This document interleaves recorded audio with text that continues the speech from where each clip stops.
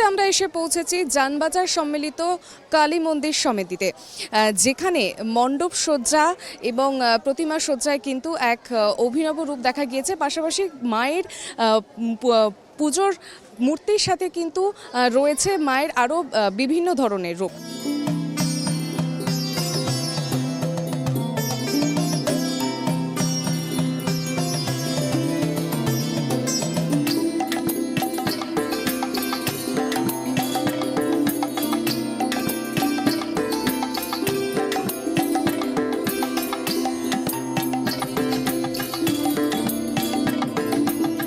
Tribe টিভির পক্ষ থেকে তুলে দেওয়া হচ্ছে তাদের শ্যামা পূজার এই শারদ সম্মান।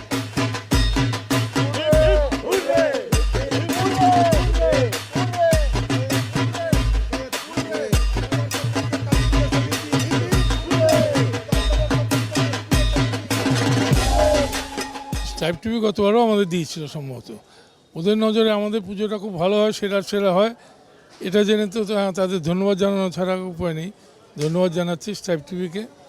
এবং এই পুজোকে নিয়ে আমরা গর্বের সাথে মমতা বন্দ্যোপাধ্যায়কে প্রতি বছরের ন্যায় এই বছরও পেয়েছি।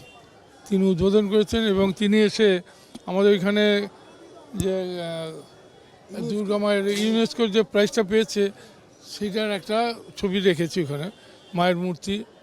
সেই মূর্তি দেখে মমতা বন্দ্যোপাধ্যায় অত্যন্ত খুশি এবং এটাকে তার ওইখানে নিয়ে যেতে বলেছে, তার এতে রাখবে, সংরক্ষিত করার ব্যবস্থা করেছে। পুজো কমিটি সবাই আনন্দিত, মমতা বন্দ্যোপাধ্যায় পছন্দ এটা হয়েছে, আমরাও আনন্দ লাভ করছি, ভালোই লাগছে।